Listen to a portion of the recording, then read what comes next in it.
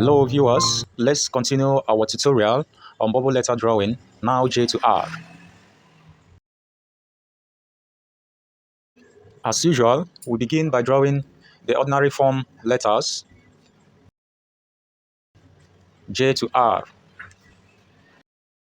before diving into the bubble letters.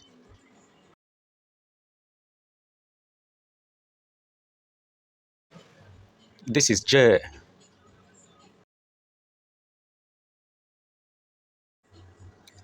K has a straight line, then one diagonal up and down. Curve the angles to make it smooth. L is simple, one line down, then one across. Just two lines, nice and soft. For M, it has two bumps in the middle, like two hills.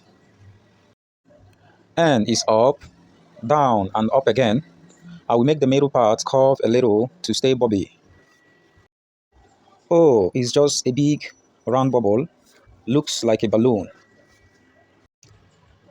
This is bubble P. Q is like O, but with a little tail. Looks like a fun twisty bubble. Finally, we have R.